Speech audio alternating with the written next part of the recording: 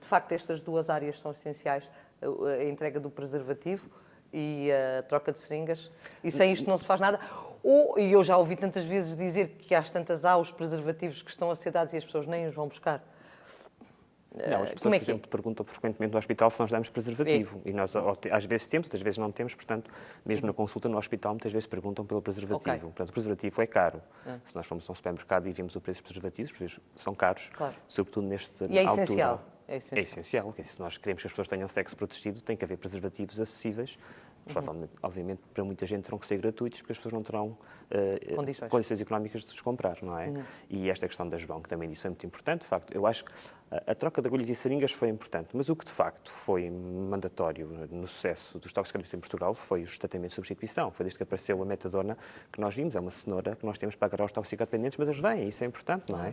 E com isso nós conseguimos tudo. Conseguimos tratar tuberculose, conseguimos tratar muitas pessoas com HIV, porque eles vão buscar a metadona e fazemos tratamentos das várias coisas no mesmo sítio.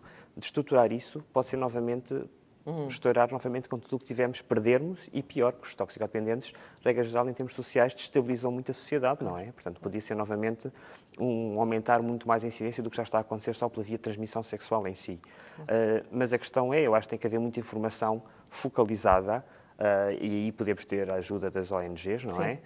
De determinados grupos. Claro. Para estarem no local. Tem que haver informação nos bares à noite, tem que haver informação nas saunas, tem que haver informação nos locais onde há prostituição. Isso é importante ter constante, a par com a informação disseminada à população em geral. Claro. As pessoas têm que ouvir isto, têm que se tornar a dizer sim. Tem de ser constantemente, a mensagem tem de passar constantemente na cabeça delas, não é? Sim. Não sei se está em condições de nos dar estas garantias de que isto não vai acabar, de que os preservativos não vão acabar para quem precisar deles gratuitamente, de que, de facto, a metadona vai continuar a ser dada da mesma maneira e que a troca de seringas vai continuar. É possível isto ou não, doutor? Ou temos de cortar aqui também qualquer coisa? Enquanto membro da Assembleia da República... Eu sei que não me pode garantir, como agora, é evidente. O que eu lhe posso dizer, e até como posso lhe dizer que até da minha experiência como antigo colaborador da Organização Mundial da Saúde, eu via, de facto, a admiração que havia em relação a Portugal, em relação a todas as políticas de redução de dano que nós, de facto, conseguimos implementar com resultados extraordinários, com todas estas estratégias de terapêutica de substituição de opiáceos, a questão das trocas de seringas, por aí fora, mesmo a nível dos estabelecimentos prisionais, temos programas muito bem montados. E eu não vejo, da parte de nenhuma das entidades, vontade de comprometer o sucesso alcançado. Agora, a questão do preservativo é muito importante, não apenas por causa do VIH, por causa de outras doenças infecções sexualmente transmissíveis que até falamos aqui.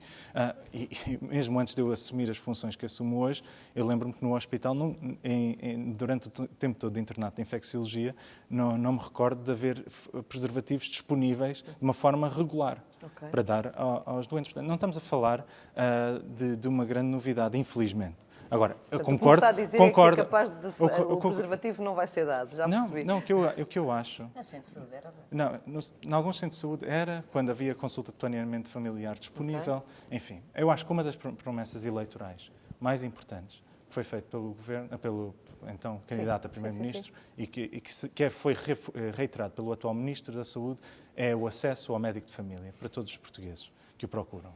E eu acho que esta é uma promessa que deve ser de facto cumprida, porque os cuidados de saúde primária têm, como a doutora Maria João até disse aqui, um papel determinante fundamental, e pode ser de facto o ponto de contacto para a distribuição do preservativo. O método de barreira é claramente dos métodos mais eficazes para a prevenção e, numa perspectiva até económica, se quiser, numa questão de procura e oferta, o que nós temos que ambicionar é haver menos procura. Menos procura só se consegue com menos doentes.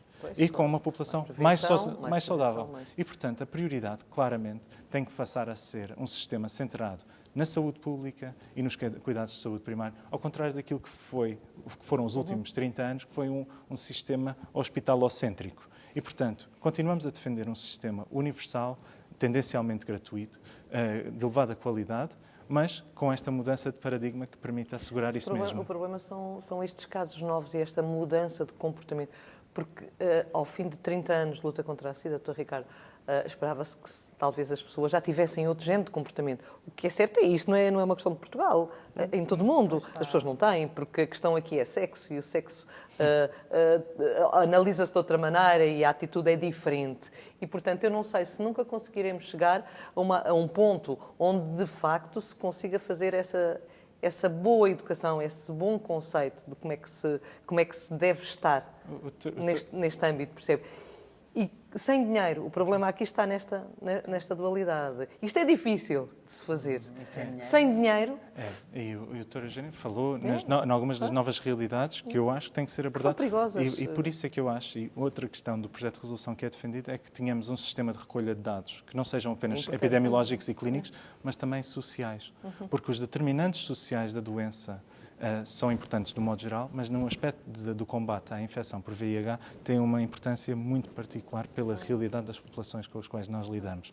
E, portanto, é a minha expectativa que nós consigamos, de facto, compreender cada um desses fenómenos e ter um sistema suficientemente bem montado. Temos profissionais de saúde à altura para isso.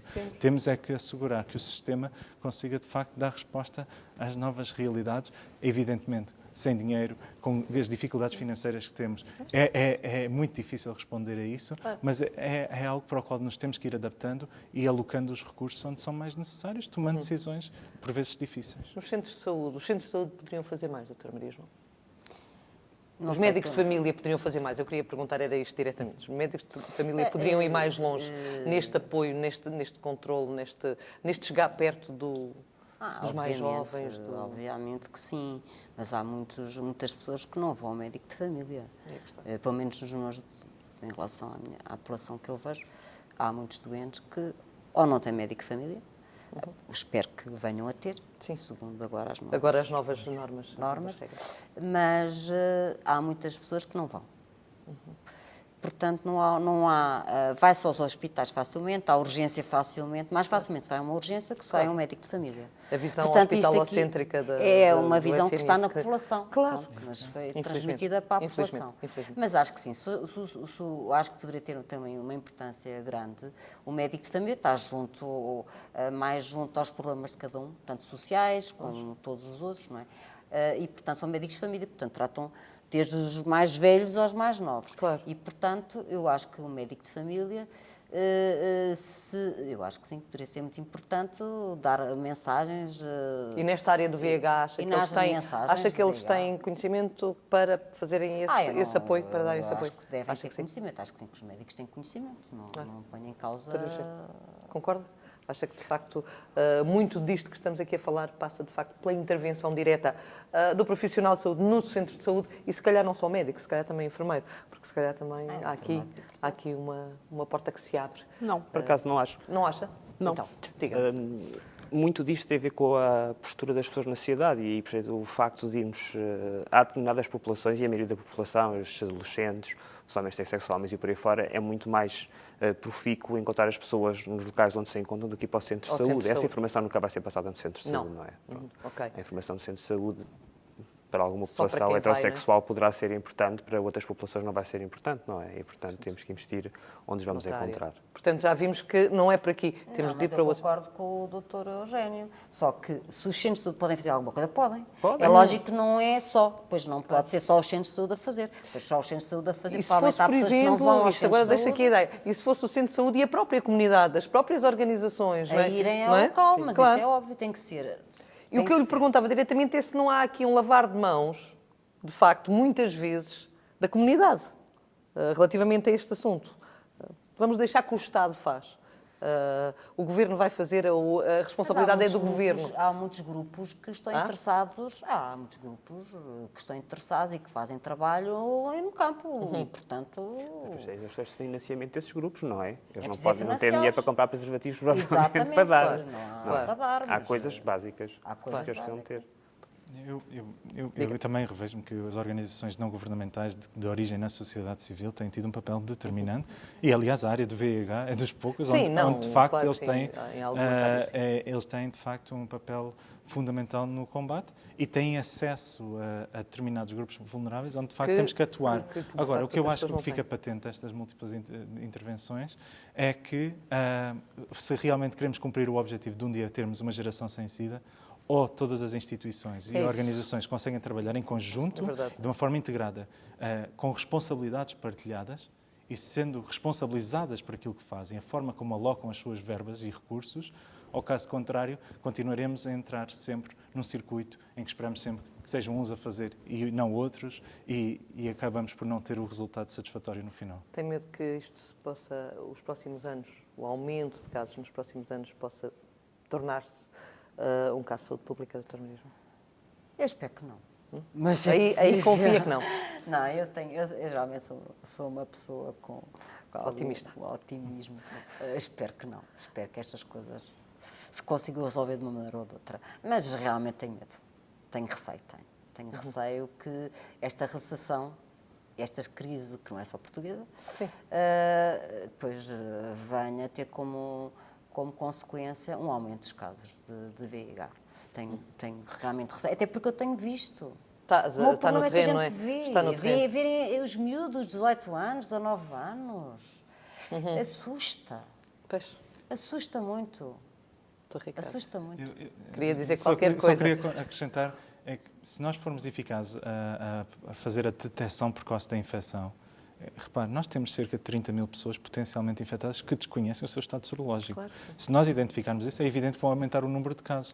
Mas se for resultado de uma campanha eficaz que permite identificar e depois assegurar o seguimento e eventual tratamento, se necessário, nestas pessoas, será determinante para conseguirmos alcançar os objetivos. O que nós temos que ambicionar é haver cada vez menos novos casos de novas infecções. E isso só conseguiremos através deste plano integrado que eu estou em querer com o novo coordenador, o Dr. António Diniz, com a visão que ele tem transmitido pelo país fora, sobre aquilo que espera fazer com a coordenação nacional. Vontade tem, não sei se vai ter condições. Creio que tem mesmo o engenho para, com os recursos disponíveis, poder fazer um plano nacional de acordo com os recursos disponíveis para responder à epidemia e começarmos a inverter e Portugal poder ser um exemplo a nível mundial. Doutor Eugénio, para terminar, o que é que gostaria que estivesse no novo plano? Que medida, que base é que acha que é importante na área da prevenção que estivesse consagrada neste plano de luta contra a SIDA? Há duas coisas que eu acho que eram fundamentais. Por um lado, era ter estabelecido um plano de prevenção primária com estas coisas que eu disse. Por outro, é de facto assegurar financiamento aos hospitais para que possam tratar os doentes, porque o que o João está a dizer, eu acho que vai acontecer a breve prazo. O Ricardo disse que gostava que nós tratássemos as pessoas que não estão conhecidas nesta altura, que vão ser 30 mil pessoas. Se nós conhecêssemos essas pessoas, isto estourava em 2 dias. Não há dinheiro para tratar estas pessoas. Esse é o problema. Né? Se nós estamos como estamos, a tratar metade daqueles que é suposto tratarmos, não haveria dinheiro para os tratar, não é? E isto ninguém nos diz o que é que havemos de fazer. E depois temos uma questão dramática, que é o financiamento dos hospitais, porque nós sistematicamente vemos doentes, nós médicos tratamos os doentes, e depois vamos sabendo que os nossos déficits vão aumentando. O que é que nós fazemos? Não sei se quer comentar para finalizar mesmo. Eu acho que temos que seguir um passo de cada vez. E, portanto, se conseguimos cumprir com todas as medidas prévias que eu anunciei, e se chegarmos a esse ponto, então teremos que definir novas estratégias em conjunto com a União Europeia. E, aliás, muitas das ONGs defendem, de facto, a intervenção da União Europeia nesta matéria, mas para isso temos que lá chegar. E, portanto, isto é um processo em contínuo. Estou em crer que estão os alicerces bem sólidos para podermos seguir em frente e mantermos esperança no futuro e creio que Portugal pode, de facto, ser um exemplo, através dos profissionais de saúde e do sistema e do Serviço Nacional de Saúde que temos, para combater a epidemia de VIH. Temos aqui duas coisas que já não são más. O facto de haver recomendações que estão consagradas em decreto, vamos ver se isso consegue, em documento, vamos ver se isso consegue implementar, e o facto de haver aqui um coordenador novo, com um plano novo, que pode dar algum alento. Vamos esperar que isto tudo seja uma esperança. Obrigada, Dr. Ricardo. Obrigada, Dra. Maria João, Dr. Eugénio. E ficamos por aqui. Já sabe que estamos de volta na próxima semana com mais saúde. Até lá.